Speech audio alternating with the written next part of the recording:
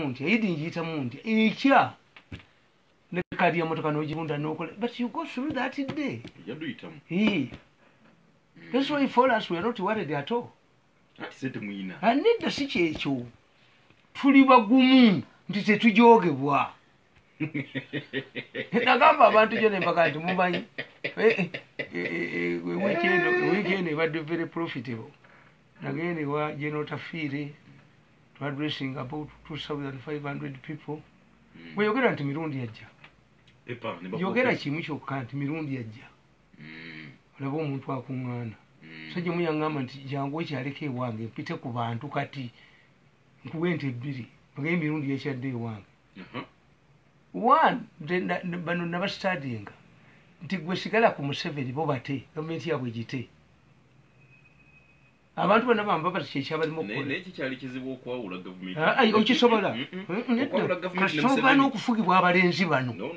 anti mulimu gavumenti muya Museveni mulimu bbiri mulimu bbiri osobola okubeera ne muganda wo n'akugamba nti mukyala wange mubi bannaye mukyala wange tayagala bantu naye mubeere eka nja bayambirayo eka temujjaayo omukazi agobya n'ennyuka awaka kubanga kugaye nti nagenda eyo ngenda ku mpaka ya muganda wange ono baali bafumbirwa nomuganda nga nvuga nakati mulwadde nabagamba efamire yaabwe ti bwenfa ono musajja twafuuka baluganda twabatanjagala bennina naalibuliddwa nvuga basooka kuba emipiira gya mmotoka nebataddereeva nebakuyoola oba tolina kyuma nebakuyoola nga pusi naye nze nno omala kuba nnyo kuba emmotoka gyewange nyinza gifuula emirundi 9 mufa nemutatuuka gye mulaga siri muntu mwangu netugenda ku mpaka y'omwana waffeera abasajja bakiga weekend badde masala muyinza abakiga mbagala nnyo ba Republicans society y'aba Republicans nebolaba mu America ba Republicans ba Conservatives balaga Canada naye gwe Canada oli abagyogerako nga America ba Republicans tebafugibwa tebalina several sources of good authority naye n'abangereza obalabo bavuya n'abafalansa bavuya n'abayitale bavuya buli ewaali obwakabaka reasoning tugigeragere ba Republicans ne ate wenjaguliza emyaka bangoba lwa6 naye ennaku z'omwezi za Lwakubiri kati ewange sebo ndigita budigiza abantu bakanyuka nkoka mu kikomera waliwo neyakanyuza embuzi tobalabako abakanyuka anti banti bw'oyinza okukawa ekintu nekakuba essasi sentence tya ez'emirembe yes abantu bantya bategedde nti oli mbijaguzo kati enkoko bakanyuka gundi tebatunula nayo abantu bajogeddwa abavubuka abo mafiya ejoza abantu nze mbabuya muwalet tibajja kufuna minisita atega bomu mu State House mukabire nga abaana abo bamujoze sente bazitutte gavumenti ya Museveni tamanyi how damaging these people are takimanyi tamanyi bwe bajoga abantu yalowooza Museveni nti bwe bakujoga bwe jangu eno nkolere nga ntuula na bano nentuula nabo nemutafiira mu muntu kakati ekyo ebimu ng'ogyeko enkoko n'embuzi omu ku banjooga ali mu katu omu ku banjooga ayolekera Interpol yamufunyeeko obujulizi okutta n'okukukusa human organs naye tulina amaanyi wano omanyi oyo ayogera ng'akerebera ow'eddobozi ery'eddobozi baadde bamutta banne yagenze bwenkukubira egondi eyo naye nyinza bambi ayinza okufa musajja mukulu bagenze ne batuula mu meeting n'abagamba nti nze mirundi mutidde mirundi agenda tukututtisa abantu ekintu bakiguddemu Interpol ekibuulirizaako seya eyawano naganda ebunya eyo bajja gigula kati musajja mukulu n'abanjulira lisiti y'abadokita bakola nabo emasaka ninayo gundi njikukubira badokita badduke nga ggwanga lyonna abadde bamuyamba mu gundi yo obuvunanyizibwa yabukomeza bwekubira teepu otya era zinebunya security wala kati waliwo abatudde kakiri kuteesa ku mukyala Nakyolo mbakukubira obawulire mbagala Nakyolo bagende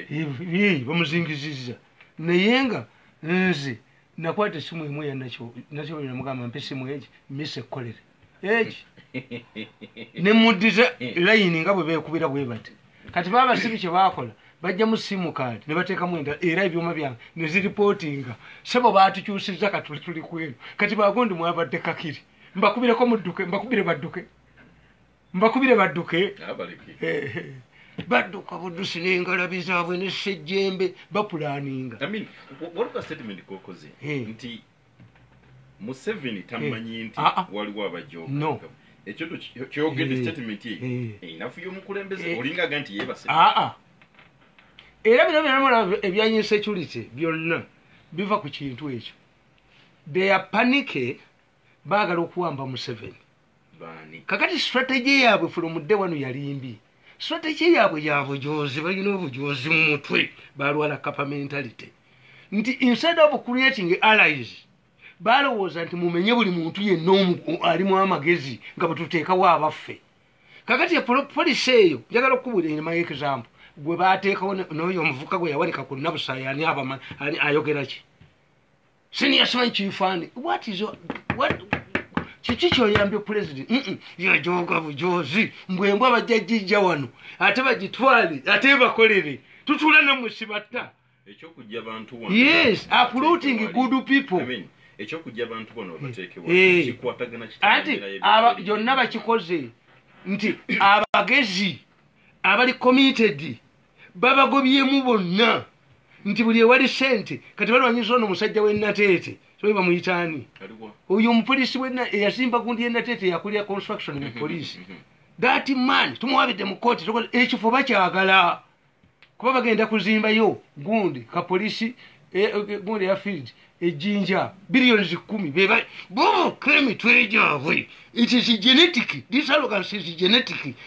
fe tuli kapa mentality fe kapa emesi zirina kuliibwa buliibwa kakati that process eyo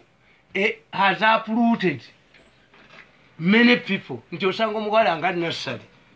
nassali yakwata project ya millions za dola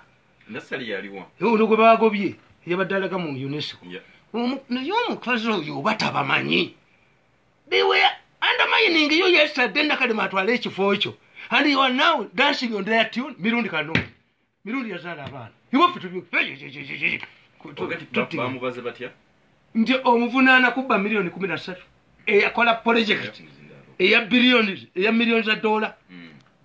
nakyo kubanga mukahanizi ne banne baagala project gy'omuntu omulala you did how you reward the people kakati who will be the replacement of Gundi abalamuzi bateekayo abaabwe abanasala emisango gyabwe egy'obubbi omulamuzi wa Uganda yaluulinga era tikyaweebwa publicity yagamba the parliamentary appointment committee its role is only restricted to vetting academic papers ababbi bayitemu. Is it what the framers of the constitution wanted? Is it what vetting means? Vetting means your character. Omulamuzi yaluulinga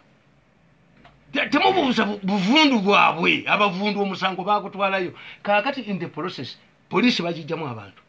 amagye ge batannakwatako civil service bagijjemu abantu abalungi bonna twali abakolera ejjoogo ly'amaafi yeri erirowooza ti the recapture power kakati tuli mu crisis ono omukazi kimanyi kifu bwiru nankabiro mukwano ga nankabiro nabaga nti nagenda omuntu president yatutuma mu America omuntu natuulyako ku kisaawe sente zonna nga yaziina natuubulako ku kisaawe wano tulinyenyonyi tugenda tugani naye ajja kujjawa nankabiro yanseevinga n'edoola ebyo naye nankabiro kasi yatandise okwemula bamuleeta talinya. You cannot say that Kutesa can be speaker. You cannot say that Kutesa can be speaker. But why should Kutesa want to be a speaker? It is because Bobo is only they who can control their words. Because they have undermined everybody. You're thinking about Kutesa becoming a speaker. Nti omukasi wala kusikira sizalawe. What type of beta demokratuwekati tebala bayomulala. Ngekole ebiriyo kitegeeza esinga amaanyi gavumenti ya Museveni. Exactly. Okikiriza nti ne bwe ziba ssente gwe ne bwoba wagira Museveni mu bayimbi nga tuli mu gurupu y'abantu tozifunayo no nti instead of creating allies don't undermine everybody kuba gwe ne bonogamba tojja kukyogera mu mawulire kakuyega ali wansi enjoka buli omu abogerako mu nyumba muwunye buli nyumba obujozi buwunyemu. That's the good. Nti n'abalaba abebweru je nabagamba ne mbabuuza nti you people, if you have a smart or silent neighbor nogamba nti endanga muntu tejja kukola mukulonda ku corruption yammwe ani abasinga okuteekako abantu ku voters register. Somebody can even make voters register outside the country. Muzikiza mu electoral commission nti Museveni omwana nabo Kenya yakola birthday party ya President Museveni nga kuliko ennyanya nvundu, kuliko keeki nvundu, kuliko enanasi nvundu n'agikola ku Constitution Square. Takolanga yabeesi takolanga yasemwogere. Omwana y'omu n'agenda eruweru n'atuwangula mu kalulu.